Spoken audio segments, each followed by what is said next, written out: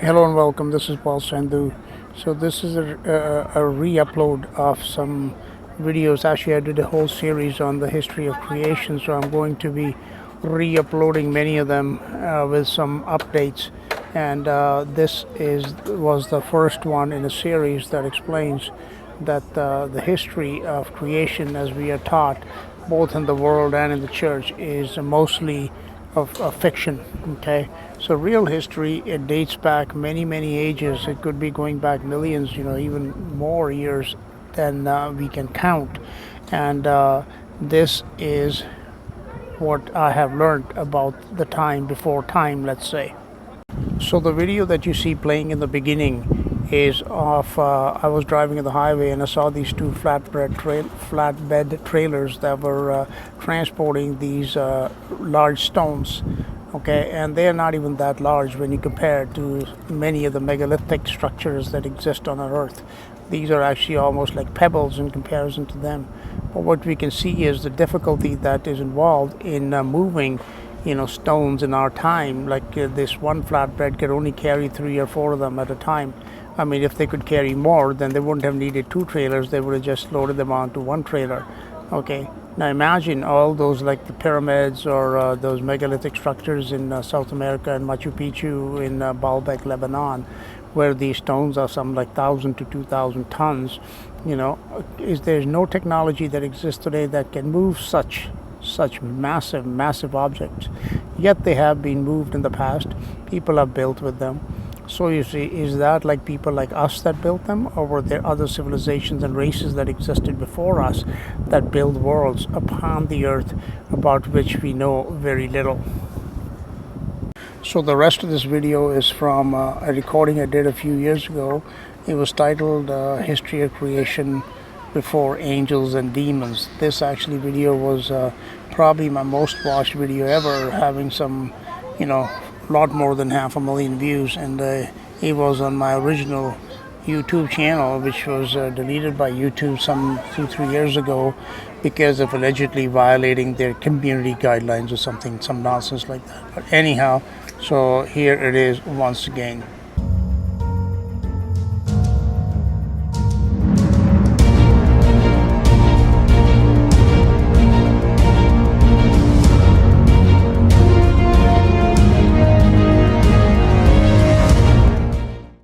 Greetings to all in the name of Jesus Christ, the Lord of Lords, and the King of Kings, in whom are hidden all the treasures of wisdom and knowledge.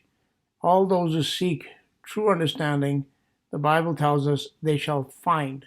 And this is the goal of this video series, which I have done on the history of creation as recorded in the pages of the Bible, and also by comparing it to other mythologies and other histories that exist in our world, to come to an understanding of two things. One is what happened in the past, and number two, why it happened. And this history that I've shared with you, it is not, although I teach it from a completely biblical perspective, it is not the type of history that is taught in Sunday school or in church, okay? This is not like, people think that they understand that the world was made in 6 days, as recorded in the book of Genesis, and they think that's all there is to that story. But of course, there is much more, because the Bible, if it truly is the book in which are hidden all the secrets of wisdom and knowledge, all the treasures of wisdom and knowledge, as we are told, then the depth of it is truly infinite, and we can dig and search and search and dig and dig and search. And of course, we will only be just beginning to scratch the surface. So this video is a part of a series of videos on prehistoric history. By prehistoric history, I mean the history of ages that predate the age of this present civilization. The traditionally accepted and commonly taught history of modern civilization dates back some 5,000 years to the Sumerians, followed by the Babylonians, Egyptians, Persians, Indians, Greeks, Romans, and down to the present day. However, both in the Bible and in mythology, as well as in the legends and oral traditions of various cultures and peoples, such as the Native Americans, there are stories and histories of one or more civilizations that came and went long before this present age. The characters in these stories are not just humans, but superhumans, much like superheroes of comic books. And other fantastic creatures such as giants, cyclops, human animal hybrids are commonly spoken of and written about in these fantastic tales. These stories are not just stories of men, but also of angels, of spirits, of demons, and of the gods, whose images have been drawn, painted, and carved in stone all over the world. Some of these stories are truly epic, such as Homer's Odyssey from Greece or the Mahabharata of Hindu mythology. And reading such works is much like watching a science fiction movie with fantastic modes of transportation, super weapons, and other technologies that were available to and were employed by the characters in these stories. Some of these technologies are truly so fantastic that even in the present day, man does not possess such Death Star like super weapons. These stories could easily be dismissed as fiction, and as a rule, they are so dismissed by mainstream historians. However, there is so much evidence found all over the world of civilizations that go much further back in time than just 5,000 years, and also of buildings and ruins that could only have been built using sophisticated power tools, and in many cases by people that must have been of much greater stature, literally giants in comparison to the average sized human being. It is thanks to many modern day Indiana Jones types explorers and archaeologists that we have a great deal of video and photographic evidence of prehistoric civilizations stretching to all four corners of the earth. The video playing on the screen is one such video that documents megalithic structures and anomalous ruins that are found all four corners of the earth, not just in one location like South America, but in Asia, Africa, Europe, everywhere that we look, there are these megalithic structures, and that tell us in stone, this is the evidence in stone, that for one thing, the earth has been inhabited in basically everywhere at some point in the past. And you know what? Like the extent of the construction, and most of it we may not even know about. Like, for example, stories that we hear about these places that are in the deep Amazon, which nobody has even explored.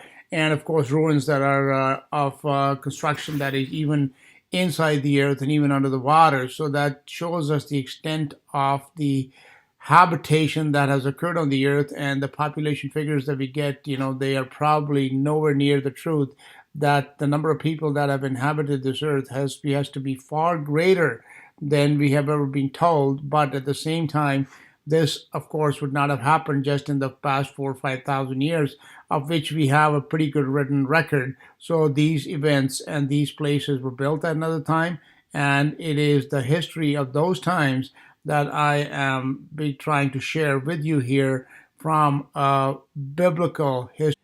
It truly amazes me that even in the past 25 or so years, since I began studying and researching prehistoric history, there are more and more discoveries of ancient civilizations from South America to Europe to Asia to Africa, all over the world, both on the ground and in the seas and even in the oceans. In this video, I will feature some clips to show that real prehistory proves that the earth has been inhabited in just about every corner of it, not just above ground, but inside the earth and under the earth and even below the waters. Undersea structures may well be ruins of giant cities that were once above the ground. In this series, I will piece together, like a jigsaw puzzle, the history of prehistory by dividing time since the beginning of creation into 4 ages, much as they are found in the Bible and in Hindu and Greek mythologies. These ages are generally named after the names of precious and base metals called the gold, silver, bronze, and iron ages. So I will tell you a tale that is more fantastic than any fantasy story like that of Tolkien's Lord of the Rings books and movies.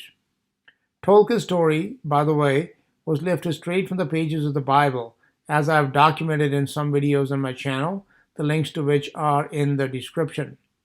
What sets apart the series of videos that I have done in the past on the history of creation, and will add to in the future, from the thousands of other videos found on the net, and on ancient civilizations and on mythology, is the fact that I link the why of history to the events of history. It is not enough to understand that something happened in the past, going a long way back that has brought us to where we are today, but it is even more important to understand why it happened, and going even beyond the why it happened to understanding why it must needs have happened the way it happened. Many researchers and scholars have spent a lifetime documenting the evidence of very ancient civilizations on Earth, and sometimes they even look beyond Earth to explain their findings. For example, the Swiss author Erich von Däniken, with his Chariots of the Gods books and Ancient Aliens TV series, has documented dozens or even hundreds of sites around the world where megalithic and impossible to explain structures exist even today. However, they all fail to satisfactorily explain their findings as to who were the builders of these civilizations and why were they built and later destroyed, sometimes facing a very catastrophic and sudden end. So, what is the basis for so much documentation, both on paper and in stone, of these ancient worlds that stretch across the face of this earth? Are these all imaginary fictional stories concocted by various peoples and cultures in all parts of the earth from Siberia to South America? Or do these stories, which are documented on paper and stone, have a basis in truth? In order to understand the history of the ages, it is important to understand the author of the ages, who in the Bible is identified by the name of Jehovah, the self-existent one who has created all things, including time itself, and who therefore is not subject to time. Without crediting the events of history to the author of history, which according to my understanding is the God of the Bible, it is truly impossible to understand history. All that we are then left with are speculations and wild conjecturing, which ultimately fail to explain anything at all about history. In brief, history is a series of revelations from God over successive ages in which God, the creator of all things, revealed himself to his creatures, particularly to the race of angels and of men. The purpose of creation is for the Creator to interact with his creatures. Interaction between two parties is called a relationship, and that is the very purpose for which all things were created, for the Creator to have a relationship with his creatures. The Creator relates to all his creatures on differing levels. With angels, he shares his knowledge and power. But man was created for a different type of relationship with God than with the angels. Before God's creatures could begin to interact with him, that is, to have a relationship with him, God needed to show them who he is. He had to show them, to reveal to them his knowledge, his power, but even more importantly, he had to reveal to them his character. Without knowing God, his creatures could never relate to him, to interact with him, except perhaps on a superficial robotic level. This is the meaning of the word revelation in the Bible. It means it is an uncovering, like taking the lid off a pot to reveal its contents, or taking a sheet of cloth off a sculpture to reveal its shape, or like unwrapping a present to see what is inside the box. Since God, by definition, must be an infinitely complex being, the understanding of God's mind and heart must also be an infinitely complex process. This is the reason why many ages of time were necessary in order for God to slowly reveal himself to all creation. Without understanding the power of God, it is simply not possible to understand God. When people think of the power of God, they think of a voice that booms like thunder. They think of the waters covering the earth, destroying everything in their path, as in the flood of Noah. To think of fire and brimstone raining down from the heavens, destroying everything like Sodom and Gomorrah were destroyed. In short, to think of God's power as the ultimate power of destruction, kind of like the Death Star in the Star Wars movies. There can be no doubt that God's power can indeed be destructive on a universal scale of truly biblical proportions. And this aspect of his power came to be understood by his creatures once evil entered into God's creation and the angels rose up in rebellion against him. When these angels fell, His creatures saw how easily he defeated that angelic host, that army of angels that stood up against him, and cast them down to hell to be reserved against the day of judgment. They came to know the greatness of his power, against which the mightiest of the angels had no power whatsoever in comparison. One of the questions that people frequently ask is, if God is good, why does evil exist? And one of the answers to that is that the history of evil teaches us that evil serves the purpose of challenging God's powers. And there's one power in particular, which I will discuss in great detail, which had to be challenged because when his powers were challenged, and God met the challenge and overcame and won, then we began to understand who our Creator is and what His powers, through His powers, okay, through the exercise of His powers, we came to understand the nature, the person, and the character of God. And evil had to arise. Like, for example, evil arose in the race of angels. In Ezekiel 28, we can read about the leader of these angels, who was called the anointed cherub, to whom God said that he was perfect in beauty and full of wisdom. I mean, that passage speaks greatly about this angel's power and his knowledge and his wisdom that God had given him. There was something that the angels lacked, that when that one characteristic or one quality is missing in a person, our power will always be used for evil purposes. And that is why it was going to happen. There was no way around it, that these angels eventually, some of them, would not turn to evil. They would. The more power they were given, the greater the odds that they would use it for evil purposes. And that quality that was lacking in them was called love. They did not understand love, and therefore it becomes impossible for them to control that power and use it only for benevolent purposes that God had given them. This is what happens, okay? This is one of the purposes evil serves. Evil is the challenge to power, which proves what the power of that person is, okay, that is being challenged. As, for example, in the Second World War, when Hitler challenged America, America became the greatest and most powerful nation on earth after the Second World War, replacing Britain, because it had been challenged, its power had been challenged, and it had faced that challenge and overcome that challenge. Now, I'm not talking here about the history of the Second World War, which is really nothing like what we are taught in history books, but nonetheless, this is how America came to be number one, is because its power was indeed challenged. And this is the same thing with God. God would show who He is when His power was challenged, and He would overcome all those challenges. And like I said, there's one power in particular which had to be challenged in all its aspects, which would bring Him, God, a lot of pain and suffering and even death eventually. But it needed to happen that way. In order for those events to happen the way they happened, evil had to arise. And there was no possible way that God could give some of these creatures great power that eventually they would not turn to evil, because as the old adage tells us, power corrupts, and absolute power corrupts absolutely. Now, God is the only one that does have absolute power in all creations. This is only the Creator that does. Yet His power is not destructive. It is not malevolent. It is always benevolent.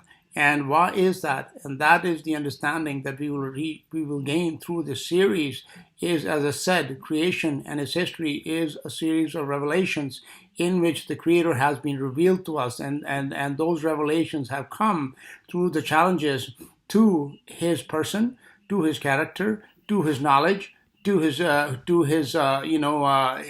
kingship, to every aspect of His being. It had to be challenged so that He would prove to be the rightful ruler. He would prove to be that His power was indeed a power that saved, that was not destructive. It was a creative power. That is why He is the Creator. But until those powers were challenged, we have no way for us to know that, and there was no way for us to understand who our Creator really is. And so that is the purpose of teaching this history, is that through this history, we are not just going to gain a knowledge of what events transpired in the past, but we are going to understand, we're going to gain a knowledge of our Creator and why He purposed that these events must happen. He is the author of history. He wrote the book before it was written, he wrote the script of the movie before the movie played out. And therefore, we have to understand His reasoning as to why it happened. And thankfully, he has brought us that understanding so that we can understand. We don't have to be mystified. We don't have to be always, using guesswork. No, we can have great answers. We can have perfect answers, as a matter of fact, as to the questions of history. And they only come when we understand that there is an author of history. I would also like to draw your attention to this video that's playing on the screen, which some of which, clips of which are from a website called megaliths.org. And regrettably, this megaliths.org, they use some very occult symbols such as the all-seeing eye. So, those, I understand that most of these people and researchers, even like Eric von Daniken, etc., they do not believe in the Bible, which is regrettable, because if they did, then they would be able to interpret their findings in a much more scientific and reasoned manner, that what they're seeing is how these things came about to be. But so be it. So, but I just wanted to draw your attention to that, please, that I'm not endorsing any of these symbols, etc., that they use. I understand they're occult, they're evil, but it's the video itself that is of a greater interest than the symbols that are being displayed. So if you follow along in this series, you will come to understand, how God has revealed himself to us by allowing evil to come into existence. And the existence of evil, or the birth of evil, was inevitable, as I explained, because when power is given to a creature, great knowledge, but there's no understanding of love, eventually it will turn to evil. But God used that, and God knew that would happen, and that he would use it to actually display his powers, as he told Pharaoh in the days of Moses, for this reason have I raised thee up, that I may display my power in you, that evil serves a purpose of God. And the challenge to his powers is what has revealed to us. It has brought us a revelation of God. And as I said, God put down the rebellion of the angels. And that is just as an aside, people that teach that these angels came down in the days of Noah, those teachings are all false, because these angels I don't like to use the word fallen angels, because it really is not in the Bible. The Bible says it's the angels that sinned. But these angels and their sin and rebellion, it occurred in an age that came a long time before Noah. And they were, I believe, at the end of the Silver Age, which I will be discussing in my next video.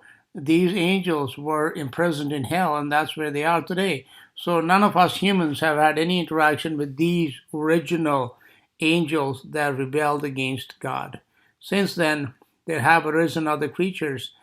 Some of them are called demons, that we call demons, and the Bible calls them devils. These are different, they are distinct from those fallen angels. And how they came into existence and when, that I will discuss again in the video that follows, which will be on the Silver and Bronze Ages. This did not happen in the time of the Golden Age, which I'm speaking about today. So when God put down the rebellion of the angels, he faced that challenge and he met it quite easily, I'm sure. Then it became apparent, because some of these angels, we are told that it was something like 1/3 of them. I'm not sure about what the exact number is. I don't know if there's 1/3 that followed this anointed cherub in the beginning, when sin first arose and God's evil first came to be in God's creation, but it doesn't matter. Okay, anyhow, it could have been any number. So when some of these angels that actually followed this anointed cherub in his rebellion, they thought that they could overcome God and dethrone him and themselves sit as rulers of all creation, because they had a great deal of knowledge. They had a knowledge of science, they had a knowledge of technology, they had a knowledge of genetics. Basically a great deal of knowledge was given to them by God, so that, rather than understanding that they were creatures, they began to think of themselves as the creator. So when this rebellion was put down and they were cast down to hell, then the remaining creatures that would not join them in their rebellion, it was a revelation of God's power to them. They understood then that he had greater power than any of them. Okay, and this brought to them a revelation of who God is, as far as his power of creation and also of destruction is concerned. This knowledge came to them because of this rebellion that began in the race of angels. However, this understanding of God's power was but a kindergarten level education in the true understanding of the power and the might of God. What God needed to show his creatures, man in particular, was that the real secret to his power lay not in destroying but in saving, not in the taking of life but in the giving of life, that his power was controlled by the greatest of all his powers, which is the power of love. Ultimately, from amongst all his creatures, angels and men specifically, would be chosen to share his knowledge and power. God is all powerful, that is, all power that exists originates with him, and that power is infinite. Before God could share such infinite power with any of his creatures, first of all, he had to show them all facets of his power. And secondly, he had to teach them that unless power is controlled by the one wielding the power, power will always become destructive.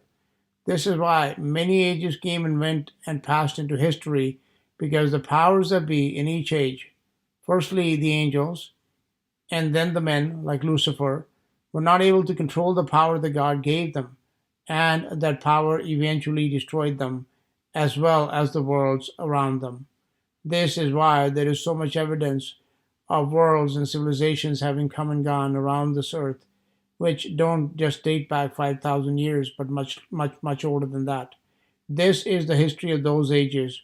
History was, and it still is, God's classroom. In this classroom, he has brought to to his creatures, the knowledge of his power. First, his power to create, when he made the heavens and the earth. In the beginning, God created the heaven and the earth, and then he stretched out the heavens. And when he was with the angels and the sons of God, in Job 8, we can read that, they shouted for joy when they saw him laying the foundation of the earth. This was a demonstration to them of his creative power. Okay, first his power to create, and then his power to destroy. And finally, that what made him all powerful, the Almighty, was the fact that he alone was able to handle all power. See, God is Almighty because he can handle all power. Power destroys, okay, but not God, and we'll see why. And he was able to handle all power because he is all love. The revelation that God is love is the ultimate revelation of God to all his creatures. But there was one creature to whom this revelation was not just given, but in whom this revelation was birthed, and that creature is man. Before the ultimate revelation that God is love could be unveiled to his creatures, ages of time had to pass in which evil would be born, and it would grow, and eventually it would become absolute. Absolute darkness would come into existence, so that God's absolute light could be made manifest to his creatures. Death would enter into God's creation, so that in the process of time, God's love would swallow up death in victory, and the ultimate revelation would arise in man's heart that the greatest destructive power that has ever existed, a power that no one could conquer, the power of death itself, could not overcome the power of love. See, people just assume that the knowledge of good and the knowledge of life, the knowledge of love, it's, just floating around in the air that anybody can understand. But they don't understand the great price at which God has brought us this knowledge. This was one of the reasons why God had to suffer evil. He had to endure the existence of evil in his creation, although he himself is absolutely good, is because evil is the opposite of good, and therefore the opposite of God. It is because darkness exists that we can understand light. It is because death exists that we can understand and value life. Until these things existed, as for example in the Golden Age when everything was perfect, those inhabitants of that age, they did not understand these things. The angels stood in the presence of God Almighty, who is life, and yet they did not understand life. Okay? Those people, they were light. Angels, the Bible tells us, are light, yet they did not understand light. So these are the things that needed to happen in order for us to bring us the understanding of what good means, of what life means, of what light means, of what joy, peace, all good things what they mean, because when we began to understand them, then we would begin to understand God, because He is all of those things. And of course, the defining characteristic or the defining quality of God, the ultimate defining quality is that God is love. And you think that the knowledge of love was just, that you're born and without any kind of experience, you would be able to understand it? No.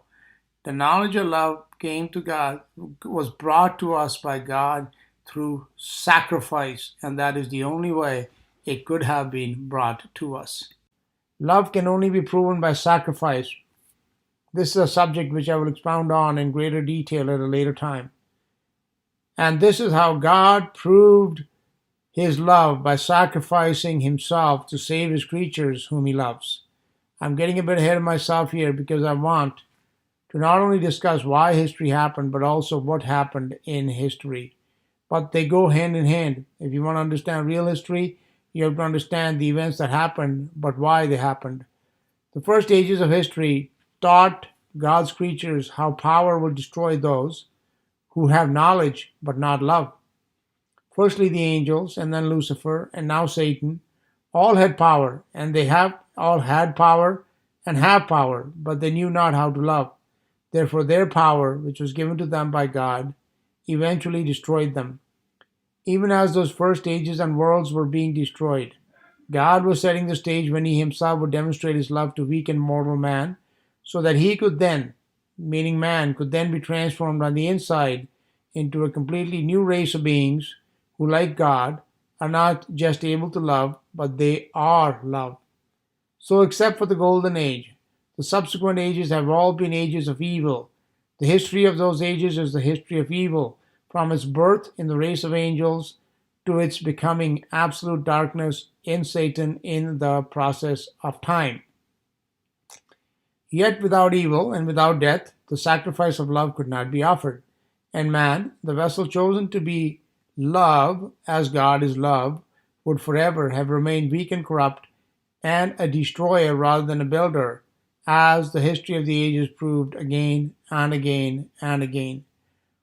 So evil had to infect God's creation according to God's plans and purposes, so that the ultimate secret to God's power could finally be revealed in the very last of the ages, which is the revelation that God is love, and that love alone can wield all power, be all powerful without being destructive. There is an old adage that power corrupts, and absolute power corrupts absolutely.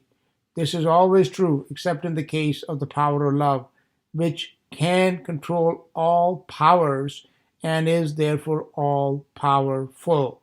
We know and understand these truths today because these truths were painstakingly and very patiently revealed to us by our Creator. And as I said before, in the case of man, they were not just revealed to us, they were revealed in us. So what is the difference between something being revealed to a person and that same something being revealed in a person? In contrast to the race of angels, who at present are greater than man in knowledge and power, mankind was chosen from before the foundation of the world to be that special race of creatures which God created, not just to reveal Himself to them, but to reveal Himself in them. God brings revelation to man from the inside by writing it on his heart and on his mind. Knowledge can be inputted from the outside in. Okay?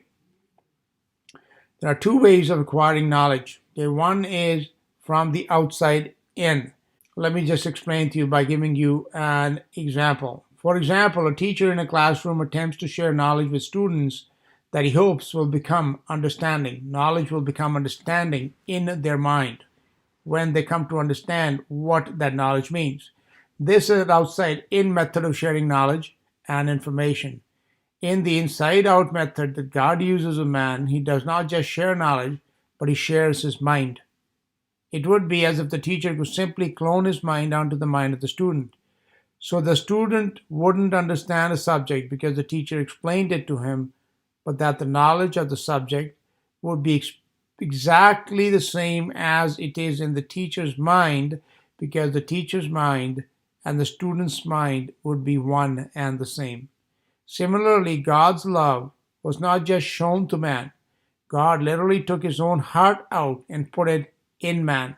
As an example, a man may truly love a woman and try and prove this to her by being affectionate to her, by telling her that he loves her. But no matter what he does, the only way that the woman could fully understand that man's love, the way he loves her, would be if he took his heart and placed it inside her so that she would feel exactly what he feels for her. On the cross, Jesus Christ, who is God in the flesh, had his heart pierced by a Roman soldier. And this is symbolic of our Creator ripping out his own heart, literally taking it out and giving it to us. It is this price that was paid on the cross that made it possible for us to have the same mind and the same heart as that of our Creator. History is generally taught to be thought as a series of random events, or in the case of even Christians teaching history, it's almost as if they're telling us that God had these afterthoughts, that he started doing something, then in afterthought, let's do it this way, let's change here, let's do something went wrong, let me just correct that. That is not at all how it happened. God planned everything right from the beginning, and as I said, history is a series of revelations over many ages that have revealed to us who God, our Creator, is. It has revealed to us his power, both in creating, and in destroying, but more importantly, it has revealed to us his character, what he is on the inside, and what we have discovered is that he is love. And how man, as mankind, this is what makes man special in God's creation, is that man is able to understand this, that God is love, not just by hearing it, but actually by having that love replicated in his very own heart. The Bible says, the love of God is shed abroad in our hearts by the Holy Ghost, which is given to us. So that love readily bubbles out from the inside of us. Okay. Therefore, we not only know that God loves us with our mind, we actually experience it with our heart. And this is why we are able to love our Creator, which just means that we can have an interaction of love with him. We can relate to him with the same love that he loves us. In that example that I gave you, the man and the woman, if the man who truly and fully loves a woman places his own heart inside of her so that she begins to feel exactly what he feels, then they have a relationship which is going to be powerful, because one's love is going to be duplicated and reciprocated by the other. Okay, that is a perfect relationship, and that is the only perfect relationship that exists, is a relationship of perfect love. But before all this could happen, God had to perfect us in love. So history is literally his story, meaning God's story, and it is a love story. All the events of history, like the ages such as the Golden Age and the Silver Age, etc., these events that happened in those ages, these are almost like sideshows. They are not the main event. Okay, like when you go to a wrestling or a boxing match, for example, they have these fights that are leading up to the main event. But that's not why people go there. They go there for the main event. And the main event of history is how God has worked diligently from the day in Genesis 1:1 that he created the heaven and then the earth. From that time until this very day, he is working in us. And love, I talked about love being perfected. Love can only be perfected from the inside out. It cannot be perfected from the outside in. For example, the Israelites, those of you who know biblical history, they were given a commandment in Deuteronomy 6:5, which said, Moses said to them, and you shall love the Lord your God with all your heart, with all your soul, and with all your might. So they had this commandment, but they were not ever able to keep that commandment because they had not that love inside of them. And it is until God started working inside them, by being inside of them, by being inside their hearts, and showing them in their heart, revealing to them, inside of their hearts, the love he had for them, that people would begin to understand that their Creator, God, truly loves them. And then they would begin to love him in return. But until he was able to do this miracle, love was not possible. It is like a man, like I said, if he can, in the woman's heart, begin to reveal to her in her heart the love that he has for her, in time, that woman will come to love him in the same measure. And that, or the woman, if she could show the man that the love she has for him in her heart, by being in his heart, then that man would also turn and eventually love him. This is what has been happening in history. This is the main event in history. It is the replication or the writing of God's love in the ink of his blood onto our hearts. However, the question that some may ask is, why was this not done right in the beginning? Why did we have to go through this process of evil and pain and mortality and death and all the negative things that have happened since the beginning of creation? And the answer to that question is that God could not put his love inside of us until his own love had been tested and tried. And it had to pass through the fires of evil. That is what has been happening since the day in Ezekiel chapter 28, when iniquity was found in that anointed cherub. From that moment onwards, God's love has been on trial. It has been put to the test. It has been the fires. It has been passing through the fires of the trials, fiery trials, and he has passed each one of those trials until on the cross of Jesus Christ, he passed the final trial, which was victory over death. And it is not until that love had been perfected, God's own love had been perfected. This is something people may have a hard time understanding. By saying that God's love had been perfected, I mean that it had been tested. It is like, if you build a plane, for example, that is going to fly at Mach 10, you say, oh, this is a supersonic plane, it's going to fly at Mach 10. It is not actually until you take it out for a test flight and everything is proven to be working perfectly that you can actually say that you actually now have a plane that can fly at Mach 10 without any problems. This is why God's love could not be placed in our hearts until that love had been put to the test. As a matter of fact, in Hebrews, it is written about Christ Jesus that he was made perfect through sufferings. Now, the Bible also tells us that Christ was God in the flesh. So, if you understand that, what is happening, what does it mean that, God was made perfect? Is God not perfect in the beginning already? Yes, of course he is perfect and his love is perfect. But until the love had been tried and tested, it wouldn't be called perfect love because God himself would not know whether it would pass or fail the test. So he had to put it to the test.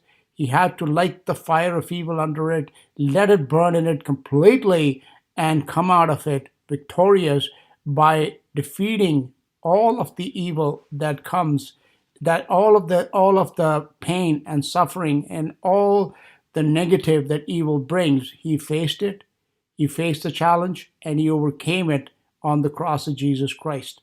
That is what happened. This is what history is all about. Okay? And it is because all this has happened that we are now being transformed on our insights. Okay? So those of us who know what I'm saying, who have God living inside of them, and they understand this love that is shed abroad in their hearts, that they love God and they don't even understand why. It is because that love has been taken from God's heart and it has been placed in our hearts. This is the greatest gift that God has given to us, and I wish that every person listening to the words of my voice would seek him and seek this love, because there is no greater gift, there is no greater treasure that is available to us than this, and love is life, and you will have eternal life. You will have all power. Like Jesus said, all power has been given to me. The power of creation, the power of science, the power of knowledge, the power of whatever, genetics, etc. It'll all be given to us freely because God now knows that he can give it to these creatures who are perfect in love, because that love that is inside them will be able to control that power. And because the angels and Lucifer and Satan, they did not have that love inside of them, that power eventually became a fire inside of them, and it destroyed them. So in the next video, I will discuss the Silver Age, in which the growth of evil accelerated, so that that is where we have these creatures that are today called evil spirits or demons. Their origin lies in those days, long time before Adam and Eve or before Noah. And they are still in us today. They live in all around, but in a dimension which is not visible to the physical eye. And this is where we will understand, where do these creatures that seem to be very human, that are worshipped as gods, such as like Zeus or Rama or Krishna, or Thor and all these characters, where did they come from? And were they human? Were they angelic? Were they spirit? Were they flesh and blood? These are the type of questions, the answers to which are certainly available. And I will be discussing that in the next video. But today, again, before I finish off, let me talk a little bit more about this golden age and what happened in it so very long ago, perhaps millions and millions of years ago. In the Bible, there is a period of time from the beginning of creation until sin and evil entered into God's creation, which is the golden age. This is that period of time on which all the mythologies base and tell us, they talk about the golden age or the Satya Yuga in the Hindus, where they talk about this time of wonderful peace and prosperity and of, joy and of fulfillment and of no lack and no hunger and no sickness and no disease and no death. And these stories, even though in mythology is twisted history. There are great truths in mythology, but all mythology is not true, because mythology does not lead people to Jesus Christ, which if they were absolutely true, that's where they would lead them. But there are great deal of truth in it still, because all lies are ultimately based on some truth. So this idea of this golden age, like I said, which is found in just about every culture and every religion and every tradition and every myth and every legend all over the world, speaking of this golden time, it did in fact exist. In Genesis 1:1, we read, "In the beginning God created the heaven and the earth." Okay, he created these two places, the heaven and the earth, which were perfect. Okay, as a matter of fact, even before he created the earth, he created the angels and men. He created the angels that would be the rulers of the heavens that he was going to form later, and he created the earth, which would be the habitation of men that he created, those men who are called the sons of God in the Bible. Okay, in Job 38, we can read, that God, when he laid the foundation of the earth, the morning stars were angels sang together, and the sons of God shouted for joy, because they were now seeing a demonstration of God's power as the earth itself came into existence, and it left them in awe and wonder. And this is where their education began as to the creative power of God. This is the power that he shared some of it with them. And I believe they were also instrumental in building, of course, the men that he placed on the earth, those sons of God. They built the first worlds. These worlds were, like I said, technological marvels, like the stories of Atlantis, in which they had everything from electricity to super, transportation machines and such things. And it's hard to imagine even at this time what it must have been like, because for one thing, we know that all traces of those worlds are pretty much gone. It is like the present day world, which is a technological world, in which our construction methods and our information storage methods, they are not carved in stone as in some of the other ages they were. Okay, we build out of like wood and plastics and glass and such things. And or if the world was to be destroyed, all traces of their existence would pretty much be wiped out within a matter of some centuries at the most. Okay, they would just rot away and disappear. And if all information was stored on desks and computers, etc., it would be instantaneously lost. And this is what happened. So if people start looking, then these videos that's playing on your screen, for example, of all these megalithic structures, these are not from the golden age. I believe these structures, which are the giant structures, etc., they were built at a later time, probably in the Bronze Age, which comes before this Iron Age, not in the Gold Age or the Silver Age. The Golden Age and the Silver Ages would be something like out of a Star Wars movie, very sophisticated technologically and very, very advanced. Because after that Golden Age, everything that came, that it deteriorated. So this golden age, which I'm not going to speak about much more, because we want to get into the more into the history of evil, which begins with the Silver Age, which will be my next video. And but in the Golden Age, I have posted some videos, a couple of videos at least on this, and more. One in particular titled "Before the Angels Fell: The Golden Age of Creation." The link to which is in the description is a good one to watch if you want to understand that, yeah, these type of worlds have come and gone. And so that period of time, it came from Genesis chapter 1, verse 1. In the beginning, God created the heaven and the earth, which were perfect. This perfect world we can read about in Job 38. We can also read about in Proverbs chapter 8. How great God made everything in perfection by measurements, by, weighing things, by understanding that in wisdom, how a world ought to be created. Okay. So he did it all. That happened. And that was the world of perfection in which men dwelt. They were delightful. The Bible says that at that time the wisdom of God's delights took delight in the men of that age. And of course, we know that from Adam onwards, there were not really any men that were delightful to God, except for perhaps, two or three, like Enoch, Abel and Enoch, and maybe Noah. Other than that, like there were not any men that were a delight to God. But that age, which was the golden age, the people of that age were a delight. And that age lasted until Ezekiel chapter 28, in which we read about this leader of the race of angels, called the anointed cherub, who was the father of evil in God's creation, till the day that iniquity was found in him.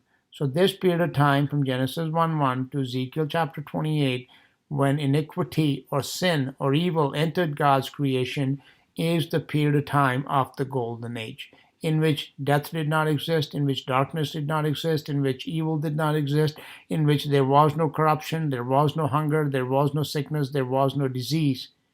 But they built, and I think that they were also at least engaged in the building of the heavens themselves. Because in the order of creation that we find in the Bible, God made these two places first, the heaven and the earth, and the heavens, we are told, were stretched out later. And since the angels and the men had already come into existence, it stands to reason that they were also instrumental in the building of the heavens themselves, which tells us how much knowledge and understanding that God gave them. And it is because they had such a great amount of knowledge and understanding, but not the knowledge of love. And I'll explain later as to why it was impossible for them to have understood what love means, that their power and their knowledge eventually turned to destruction and evil. As I said, power corrupts. As it has been said, power corrupts, and absolute power corrupts absolutely. This anointed cherub, who had been given more power than any other creature in God's creation from then, I believe, until now, he, of course, after a certain period of time, which could be thousands or tens of thousands, hundreds of thousands of years, I don't know how long, he did eventually, that power did corrupt him, and that is how evil entered into God's creation.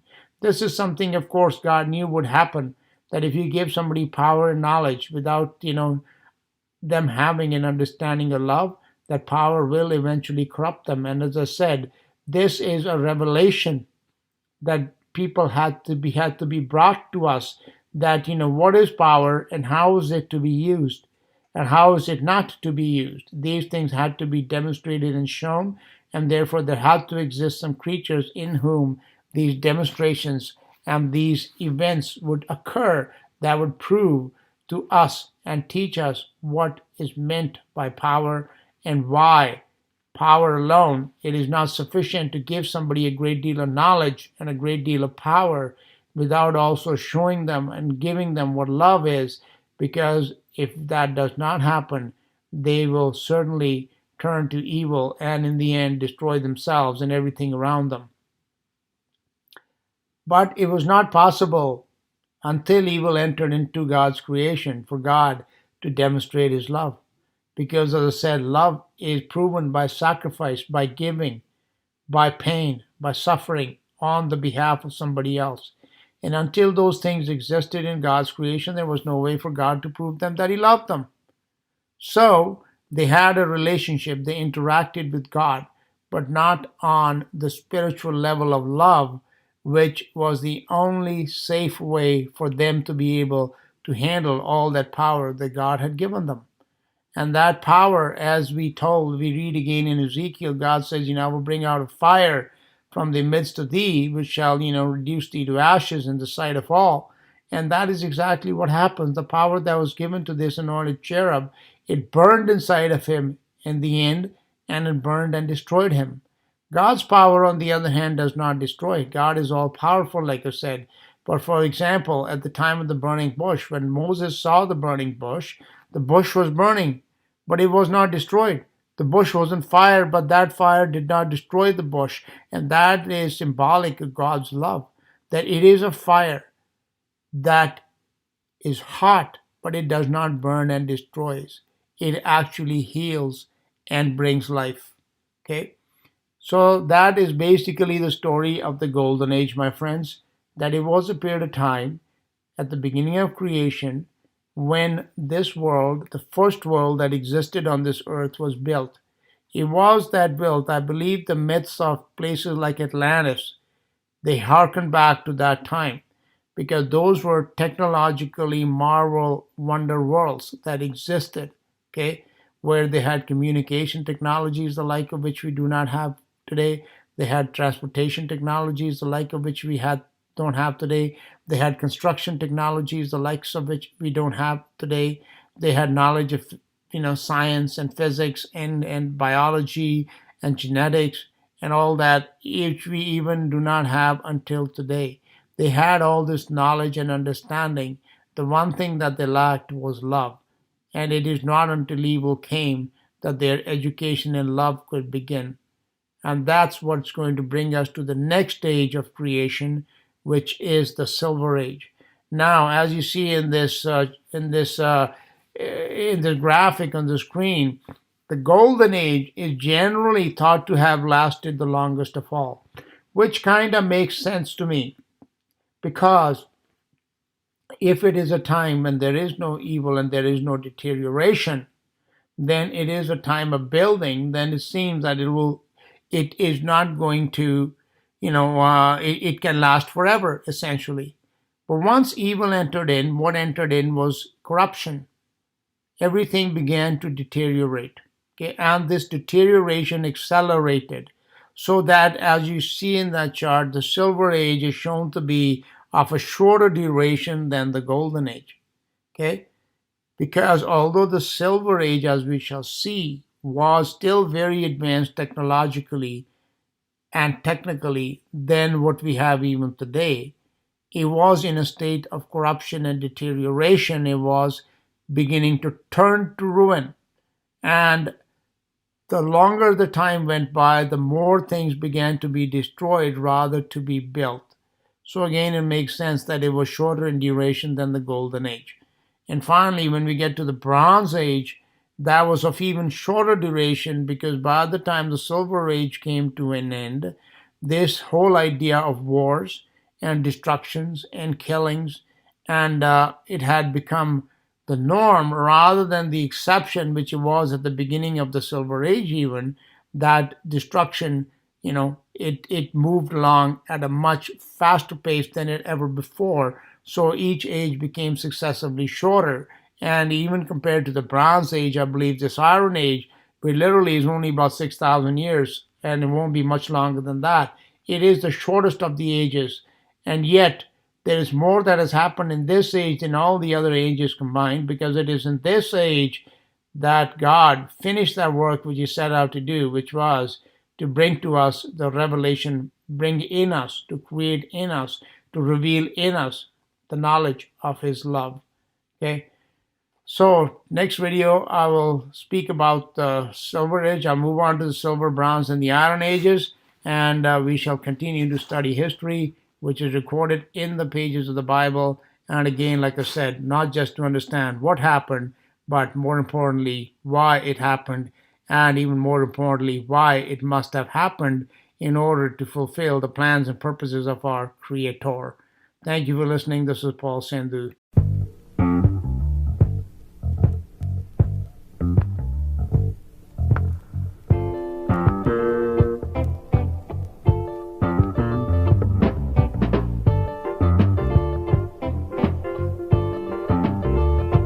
Oh, I got the love of Jesus. Oh, I got the love of the Lord. Oh, I got the love of Jesus. I got it deep down, oh yeah, into my soul. I think you ought to help me to say, yeah, the love of Jesus. Oh, I got the love of the Lord. Oh, I got the love of Jesus. Oh, I got it deep down, oh yeah, in my soul. Think you ought to help me to say that I got the love, yeah, the love of Jesus. Oh, I got the love of the Lord. Yeah, I got the love of Jesus. Oh, I got it deep down, oh yeah, in my soul. Let me say this, yeah. Sometimes on this journey, I don't know what to do. I can always look to Jesus. I know He will, oh yeah, see me through. I think you ought to help me to say, yeah, the love of Jesus. Whoa, I got the love of the Lord. Yeah, I got the love of Jesus. Oh, I got it deep down, in my soul. Yeah, let me tell y'all about the love I have. The love of Jesus. Oh yeah, love of Jesus. Oh yeah, love of Jesus. Love of Jesus. Love of Jesus. I know